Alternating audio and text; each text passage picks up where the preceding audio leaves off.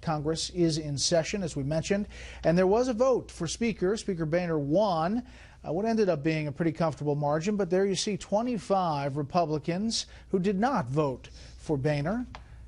So what now? Let's bring in our panel. Steve Hayes, senior writer for the Weekly Standard. Mara Liasson, national political correspondent of National Public Radio, and syndicated columnist Charles Krauthammer. Steve, your thoughts on the day? Well, I mean, who thought that there was likely to be bipartisanship with this new Congress and with President Obama? It's funny to me.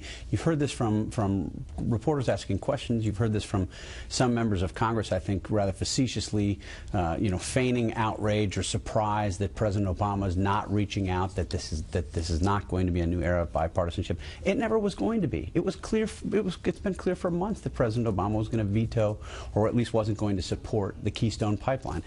The agendas. Well, it wasn't as clear when Mary Landrieu was talking about it in Louisiana. No, but I think it was pretty clear when the president gave his press conference. December 19th. Yeah, shortly thereafter. I mean, I think that made it very clear what the president was going to do. And I think we've really known, we all knew the Mary Landrieu thing was a show vote anyway. It was an attempt to try to help her.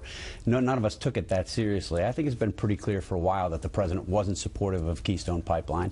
Look, you've got a more conservative Congress today, and you've got a president who believes that he can consolidate his ideological 6 years in Congress with an additional final 2 years moving further to the left. It just is. It's a recipe for gridlock, and there's no reason to believe otherwise. It is amazing, but that doesn't look like it's going to happen. Charles, I think this entire analysis of Obama is completely wrong. The idea that he's edging over here, he's maneuvering. The guy is unleashed. He's in the fourth quarter. He's never running again. The reason he's doing X, Y, and Z is not because he needs the Greens or he's working his way to the left or the right. He doesn't need anybody. This is Obama the way he really is. I've argued for 6 years this is a man of the left. He has always been the most leftist American president in at least a century. But in the years in which he was still running again, which he still had a Congress he needed re-electing, he maneuvered, he dissimulated, and he disguised it. He doesn't disguise anything now. Cuba, he does. He gets nothing in return. Enrages many people, even in his own party. He doesn't care.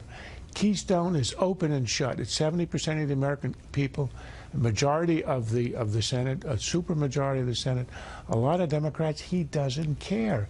This is a man who can now act the way he believes, and he's doing it. All right, so all of this talk about cooperation, about getting things done, about moving the things, you think it's all garbage? It's all garbage, and we will see it unfold. All right, this is the president today in the Oval Office meeting with governors.